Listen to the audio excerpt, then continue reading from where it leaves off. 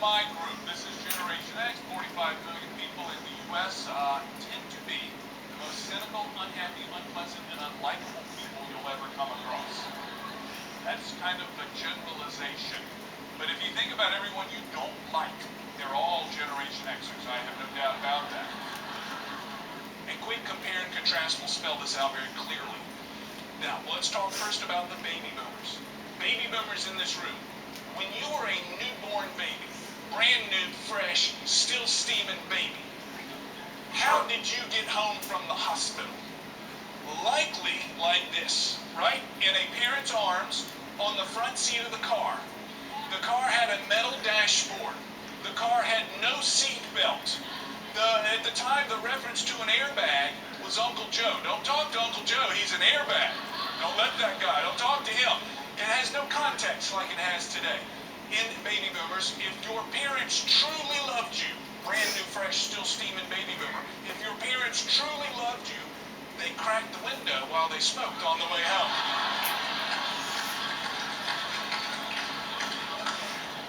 You can see this, right? Baby boomers in this room, were you ever told that you were special and unique and different from everyone else? Probably not. If you ever heard something like that, it sounded something like this. What do you think, you're special or something? So it was actually an accusation to stand out. To be different was an accusation. And then today, let's go to the slides. Then today, we begin to see things like this. These are my daughter's ribbons from the swim meet this past summer. We have 8th, 10th, 7th, 9th, 8th, 7th, 5th, 11th, 10th, and another 11th place ribbon. That's a talented child, isn't it? I do not make this up. She got an 11th place ribbon in a 6-lane pool. This summer, I'll drive my children, again, to North Carolina from Mobile, Alabama. They'll all be in the car seat doing what? You know this. What are they doing back there? Exactly. This, TV, this, game, something like that. Many of them have a headphone on. I can't hear them. And I should be grateful that they're quiet. But I feel like there's a rite of passage in our nation that is being missed on these kids, and that is being beat with a yardstick on a road trip. It's something that has helped all of us, I imagine, in some way or another.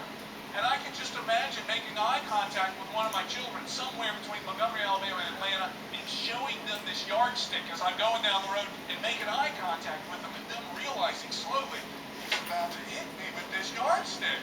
And saying to them, I can't explain to you why this is good for you. And they're in a 5-point harness so they can't run. That's the best part about it. They're in a 5-point, they can't go anywhere. Let's put this in context for the millennials.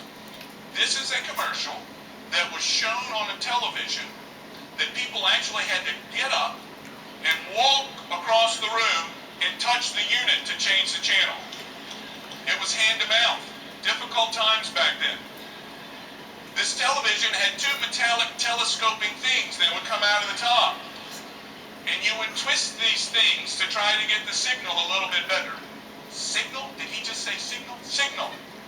When you twisted them around and it didn't work, you would go to the kitchen and you would come from the kitchen with a big sheet of what? That's right. If you said tinfoil, raise your hand. Look at them. Those are old people. It hadn't been tinfoil in a long time. If you said tinfoil, it's because your kitchen drawer is full of tinfoil because you won't throw it away. It's still good. Well, I don't need to throw this away. It's next to a ball of rubber bands or something like that. We might need all these things someday. One more. You would walk to the unit, you would place your hand on the knob, in perhaps a hurry, you would change it quickly, and you would come away with the knob in your hand. And you would say things under your breath, you'd place the knob on top of that television, and you'd go and get a pair of pliers. There you go. There are people here who know exactly what I'm talking about. However, the millennials in the room are going, pliers? I don't know. Oh, wait a minute. I've seen these TVs at the Smithsonian in Washington. They're touch them anymore. They've got alarms if you get too close. Wow. But every now and then, people produce truly special, different, unique people.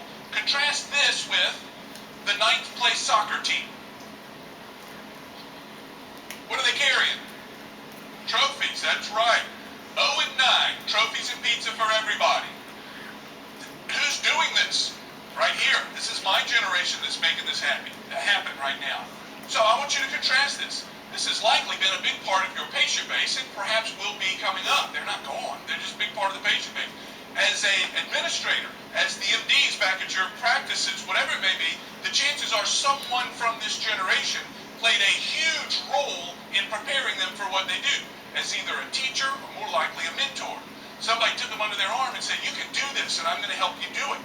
This is where it's come from. This is what's coming. This is a lot of your history, your bones, where you've been. This is the next generation. This is my generation. This is the Xers and the millennials. They're having babies. They're chock-a-block in the maternity ward these days. This is a lot of where you got your values from, and this is who's back at your offices keeping an eye on things while you're with me right now.